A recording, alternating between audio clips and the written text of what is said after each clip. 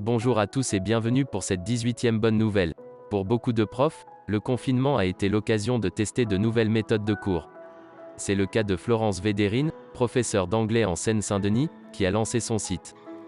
Sur son site Mission Covid-20, la voix est douce et apaisante, les cours en vidéo plutôt ludiques, mais les consignes concernant les rendus de devoirs demeurent fermes. Blogueuse de longue date, la professeure d'anglais Florence Védérine alias Miss Védérine, a préféré l'idée d'un site qu'elle a conçu pour être le plus simple et efficace possible, à celle d'une chaîne YouTube. La veille du confinement, notre chef d'établissement nous a expliqué que la continuité pédagogique se déroulerait sur Pronote. Pour l'anglais, cet outil est très limité. J'ai vérifié si les élèves savaient l'utiliser, ne serait-ce que pour déposer une copie, ce n'était pas évident. Comme beaucoup de jeunes, mes collégiens sont des pros pour les stories et selfies mais ont du mal avec un simple mail. Pour Miss Védérine, le numérique est sans conteste un allié de l'apprentissage des langues. Les enfants peuvent prendre le temps qu'il leur faut, ce qui est primordial pour les timides et ceux qui ont des difficultés. Si la parole ne se libère pas en 6e, c'est très compliqué ensuite.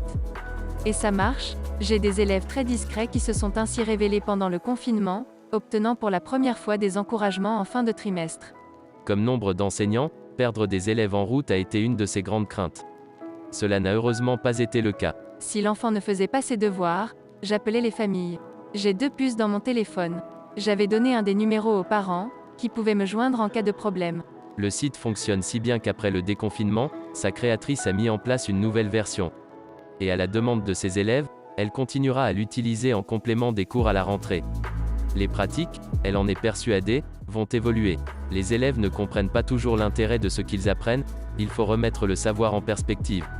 Et intégrer du ludique. Marionnettes, pour faciliter la parole des timides, romans photos avec bulles et selfies, podcast sur la vie du collège.